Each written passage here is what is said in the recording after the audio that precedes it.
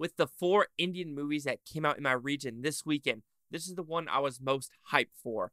Was my expectations way too high? Let's find out.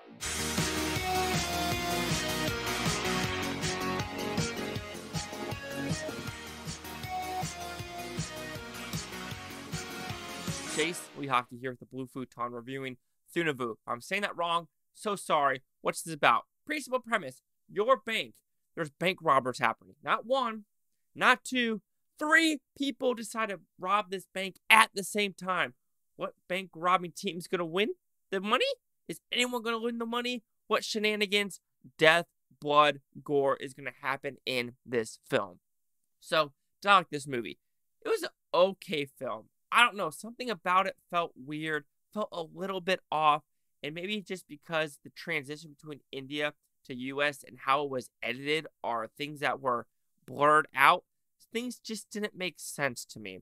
So with that, let's talk about the positives of the film. I think the acting was overall fun. Also, some of the jokes in the movie were fun, especially with Michael Jackson. I thought it was absolutely hysterical with what they're trying to do with this. I thought the movie was entertaining for the first, before the intermission. I think after the intermission where it kind of went downhill for me. Because trying to get to know, okay, this is a bank robber, this bank robber team, and this bank robber team. Who is actually the main ones we should follow? You kind of figure out, okay, maybe this one should be put to the side. It should be these 2 people. But you're just kind of like, okay, what are you trying to do? So it was a good cat and mouse chase of what is the overall plan of this bank robbery. And then when you finally figure out the plan, you go, okay, I understand that. And I understand this whole anti-hero-esque. You can never call him a hero because something that happens at the very end. There are a lot of people that die. There's a lot of people that die, so you can't really call this person a hero for all the stuff he is doing throughout the film. So yes, an anti-hero it is. So when it comes to the action set pieces, it is fun, unique, and different. I do enjoy some of the scenes with the gunplay and people sliding. It's just fun stuff I've never seen before, and when it does happen on screen, it is really good. Also with some of the gore. This is where I get really confused. There's a scene where some dude blows up. I mean, blows up because he thinks it's a fake bomb. But then when you have a scene where someone, gets their finger shot off, it's blurred. Or someone shot in the butt, you can't see the gunshot wound. So I'm just a little bit confused on that level of like some of the action and violence. Like, oh, effing shit. This is going mad lad crazy. But then other scenes you're like, why is that blurred? Why is that blurred? So that's in that 50-50 line of it's a good movie or not. So when going to the negatives of the film, I think the story itself, like I said, after the intermission just doesn't work. Because the whole backstory, if you want to put it that way, is trying to have the press figure out, can they get the coverage, figure out who these people are, who can you trust, is this cameraman really doing it? Even though, so that was the main thing. So a cameraman says something to someone on camera and changes the dynamic of the film, and there's no way it would change the dynamic of the film that way.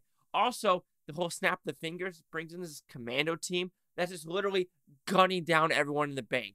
Red flag. There is no way that can happen. Like, period, dot. There's someone with a cell phone camera saying, those people are murdering all the hostages in this bank. There is no way that dynamic could work. And then you go to the higher up, the headquarters with all these different bank CEOs and chairmen, and you're just like, okay, that just doesn't seem like it is plausible on any level. So it kind of threw me out of the film.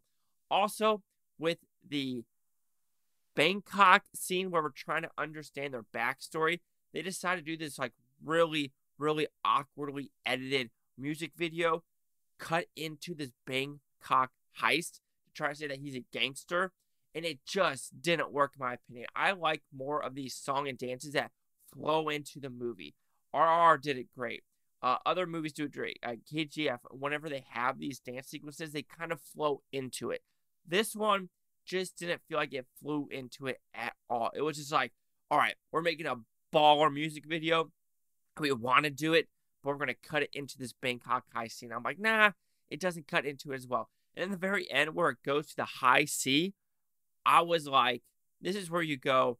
Shenanigans happen. Yeah, it's fun to watch these helicopters as well as these boats chase after this person. I do like the scope of the movie. The scope of the movie really was a lot bigger than I thought it was going to be. Because when it got out of the bank, it really went places. I really did enjoy that. But this is where you're like, he just killed so many Indian Coast Guard personnel, like, out of the blue. However, that's where it's just like, no shit, this commando team and the Indian Coast Guard. I think at the point, the Indian Coast Guard should have been like, something's not right here. Why are we randomly gunning down these people? And then why are these helicopters, like, literally with, like, just people, and boats are flying everywhere, shenanigans is occurring. So you're just like, yeah, you're not really the hero at this point if you're just randomly, like, mowing down all these Indian Coast Guard people. Sure, I understand the helicopter people because they feel like they're an illegal task force just effing people up. But the Indian Coast Guard, I mean, if I was on that boat and I saw everything happen, I'd be like, let me just turn to the right, or maybe I'll just turn to the left because this isn't worth dying for. And at the very end, it's just like, you're just like, come on, like, that doesn't make sense. But hey, movies like this sometimes don't need to make sense. But overall, Thunivu, if I'm saying that correctly, no guts, no glory. That's the whole premise of this film. I do like the movie before the intermission. I thought it was fun. It was unique, different. I like the twists and turns. I like what they're actually trying to do. But after the intermission, it kind of goes into the same territory you've seen a million times before, and it just gets very convoluted. You understand a movie like this is not plausible, but after the intermission, it just goes way left field of like, okay, you're taking this to just levels where you're just like, that so many holes in the plot. So Thunivu will receive a 2.5 out of 5 of Futons, which equals at 50%. Loved it before the intermission, didn't like after the intermission. That's where the 50 comes from. Let's see what the critics' news scores gave this one. So you have critics, 0 of them. Audience score, 59%, fewer than 50. No critic consensus. So technically, we are both in the run with the audience and myself. Like I said, a little disappointed. The trailer looked baller, but then just the overall full package, seeing it, I'm just like, the trailer duped me. 50-59. Chase Talk with the Blue Futon. Like, comment, subscribe. Let me know what you think is Futontopia. You Buftonians, thank you for watching. Having a great day. So we got 2 more to watch. We'll see how those 2 line up.